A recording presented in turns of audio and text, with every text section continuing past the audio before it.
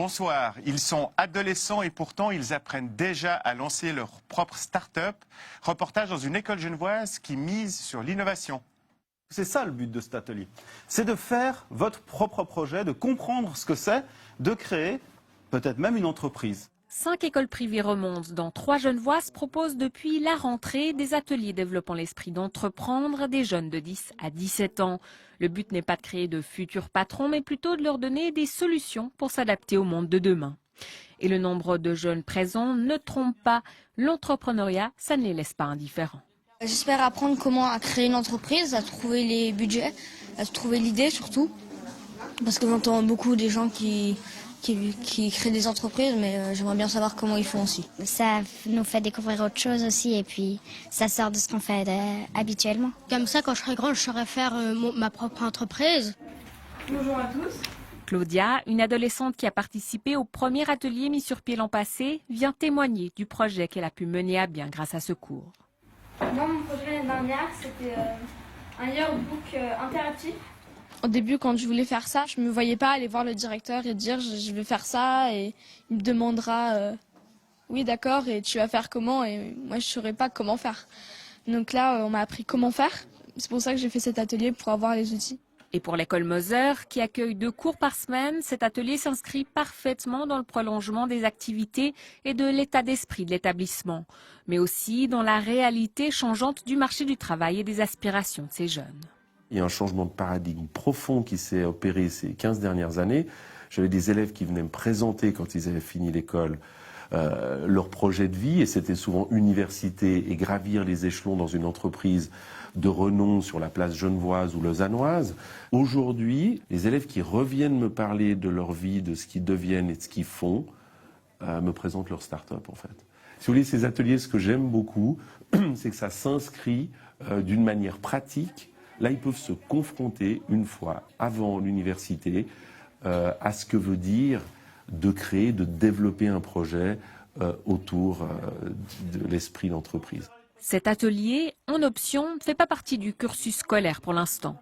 Par contre, il est aussi ouvert aux élèves extérieurs à l'établissement.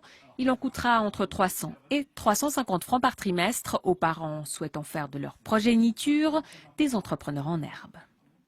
Comment donner l'envie d'entreprendre aux plus jeunes? Pour le savoir, nous recevons sur le plateau Laurence Alifi. Vous êtes la cofondatrice de Graines d'entrepreneurs. Bonsoir. Bonsoir.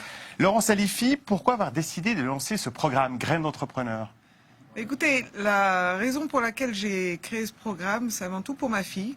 Comme beaucoup d'entre vous, je suis une parent aussi, une maman, et j'avais envie de donner les armes à ma fille pour son avenir, pour qu'elle puisse s'adapter dans le monde professionnel de demain. Qu'elle a envie un jour de créer son entreprise? Qu'elle a envie d'entreprendre.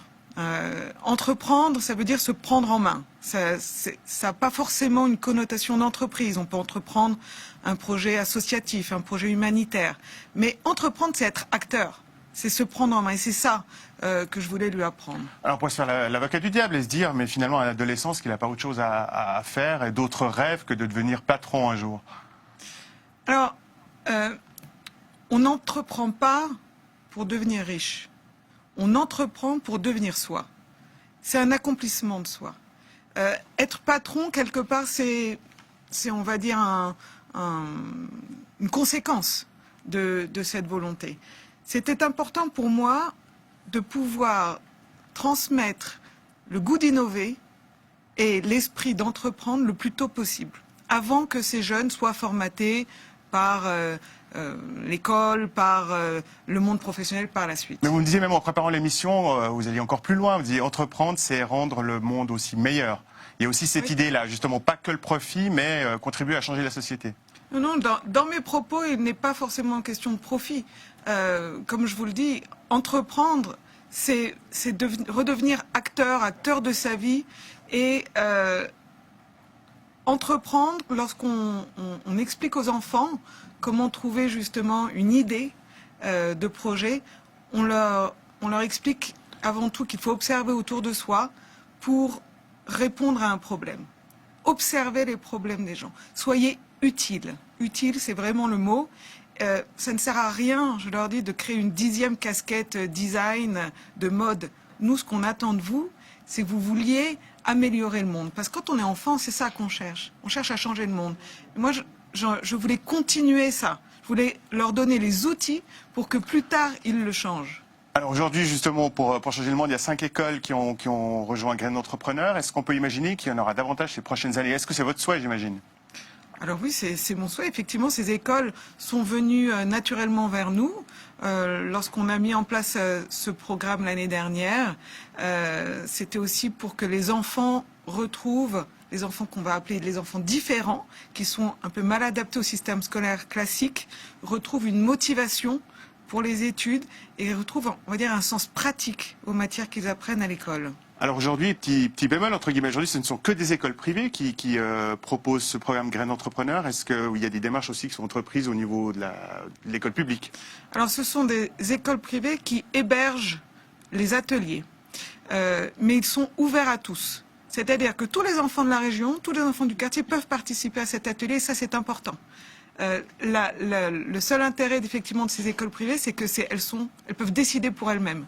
Alors qu'à l'école publique, la décision est centralisée.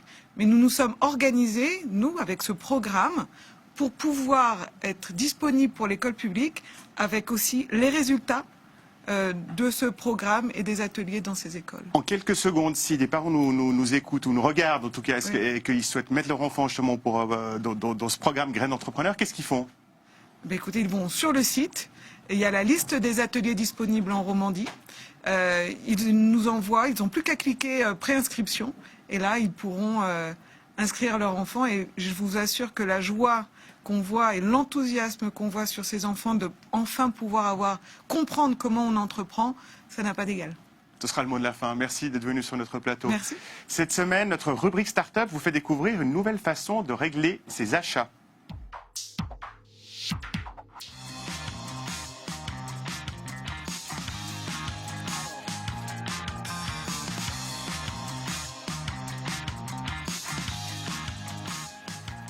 Bienvenue chez Takinoa, basé à Nyon.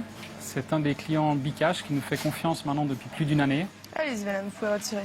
Bcash est né il y a 2 ans avec un désir très prononcé de pouvoir apporter une solution abordable aux commerçants, quelle que soit leur taille, mais avec des terminaux de paiement qui soient abordables en termes de prix et surtout sans abonnement. Là, je vais vous faire une petite démonstration avec le modèle à 99 francs qui marche comme les autres modèles. Donc si on fait une transaction à 10 francs, on voit qu'on saisit les montants directement sur le terminal. Alors là, on a aussi la possibilité de mettre la carte et à la fin du traitement, la transaction est approuvée et on peut offrir au client la possibilité de recevoir le reçu par SMS, par email ou pas de reçu. La première année, le démarrage a été très difficile sur les 300 premières machines. Mais on a quand même réussi en moins d'une année à atteindre le chiffre de 1000 clients. Et là, en fin de 2e année, nous espérons toucher les 5000 clients et d'ici fin 2017, être à 10 000 clients. Comment ça se passe avec la machine? Bon, ça se passe plutôt bien, ça fonctionne bien, c'est rapide. Des questions? Des questions, oui, pourquoi on ne prend pas la postcard? Alors pour l'instant, on ne prend pas la postcard, on est en discussion avec eux, ils étaient un petit peu orientés grande entreprise au départ. D'accord. Mais là, on a bon espoir que l'année prochaine, ils changent d'avis. Bon, on y travaille. Mais sinon, toutes les cartes faites de crédit et prépayées de la Poste, elles sont acceptées, donc ça c'est bon. Ouais. D'accord, très bien, bon, c'est bon à savoir. Les gros défis au quotidien, pour toutes les petites entreprises, c'est la visibilité, c'est de se faire connaître. L'exemple de Bcash, quand on a amené ces terminaux de paiement, les gens avaient beaucoup de craintes parce qu'on était en décalage total avec le prix du marché. Et avec le temps, ces craintes se sont dissipées et nos clients deviennent nos meilleurs ambassadeurs parce qu'ils sont fervents croyants de cette solution. Vous savez que vous acceptez aussi les paiements sans contact? Ah, d'accord. C'est-à-dire que si les gens arrivent avec Apple Pay, donc avec le téléphone ou avec la carte, il suffit de l'approcher et le paiement est fait directement sans le code PIN jusqu'à 40 francs. Le bilan est très positif. Maintenant, comme toute jeune entreprise, il faut faire très attention aux liquidités, à la gestion de la trésorerie. Maintenant, on a réussi, avec un produit qui était si innovant, à pouvoir s'appuyer aussi sur d'autres partenaires comme Sunrise, qui eux ont une force de vente, une présence physique auprès du public pour faire connaître notre solution. Et nous, on se concentre vraiment sur l'innovation et sur la distribution en ligne de notre solution.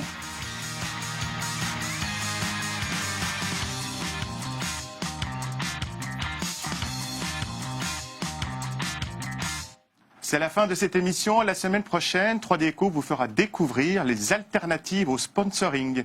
Merci de votre fidélité et bonne soirée.